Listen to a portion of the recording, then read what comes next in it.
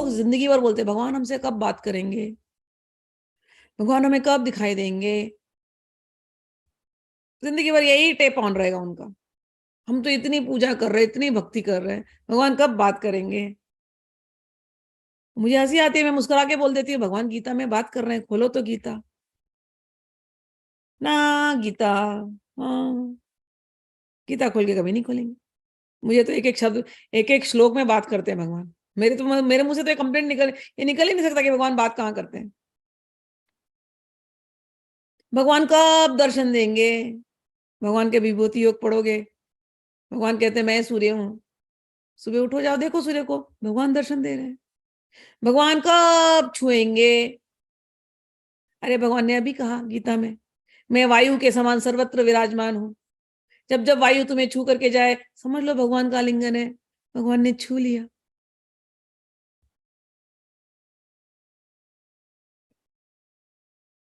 भगवान कहाँ है। भगवान गीता में है। भगवान वो जो जल पीते हो उसमें है, उसके रस में है।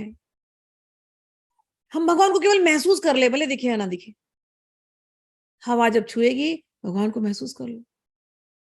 हर एक चीज में जो उसकी एक सुगंध है वो भगवान है। तो भगवान सर्वत्र है। हमारी दृष्टि ऐसी होनी चाहिए। हम एक कल्पना की दुनिया में जीते हैं, सोचते हैं भगवान ऐसे ही आने चाहिए। तुम सोचो यदि कभी तुम जिस काली को पूजते हो या छिन्नमस्ता को पूजते हो, तुम्हारे सामने सच में वो ऐसी आ जाए, आकर के गला काट दे, तुम तो घबरा जाओगे।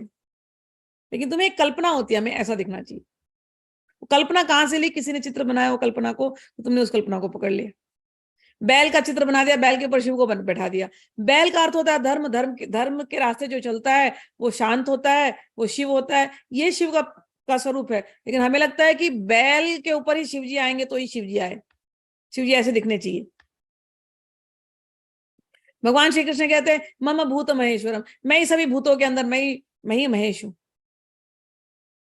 मुझसे ही ये प्रकृति आती है, मुझसे ये प्रकृति जाती है, मैं ही ईश्वर हूं।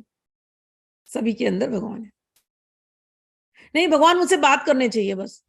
भगवान हर मुख से बात कर रहे हैं। सहस्त्र मुख है भगवान के, सहस्त्र मुख, सहस्त्र आंखें, सहस्त्र हाथ।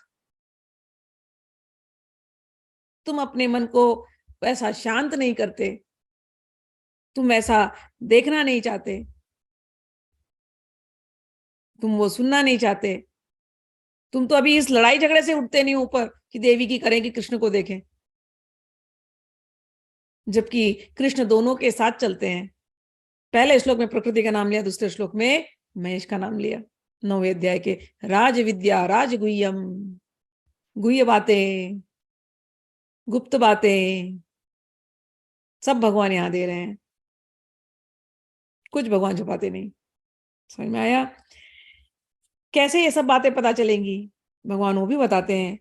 महात्मनस्तु माम पार्थम देवीं प्रकृति आश्रितः।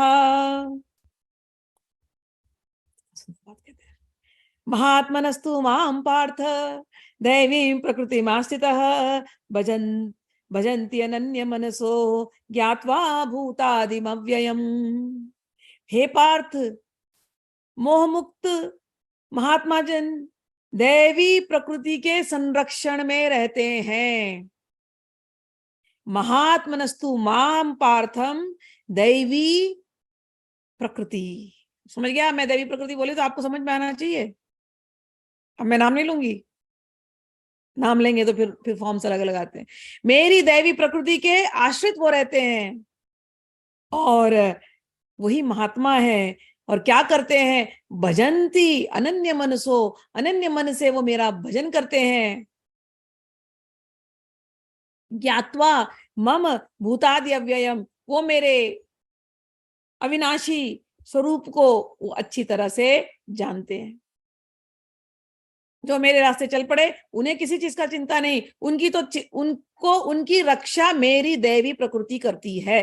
जब श्रीमद् भागवतम नैमिषरण में कहा गया था, दूसरा सत्र जब हुआ था, जब 28,000 88,000 जब संत महात्मा आए थे सूत और शौनक का जो संवाद हुआ था, तो उस समय पर इतने ऋषिगण आएंगे, ये चिंता मुक्त होकर के ये भागवत कथा सुने, भगवान की कथा सुने।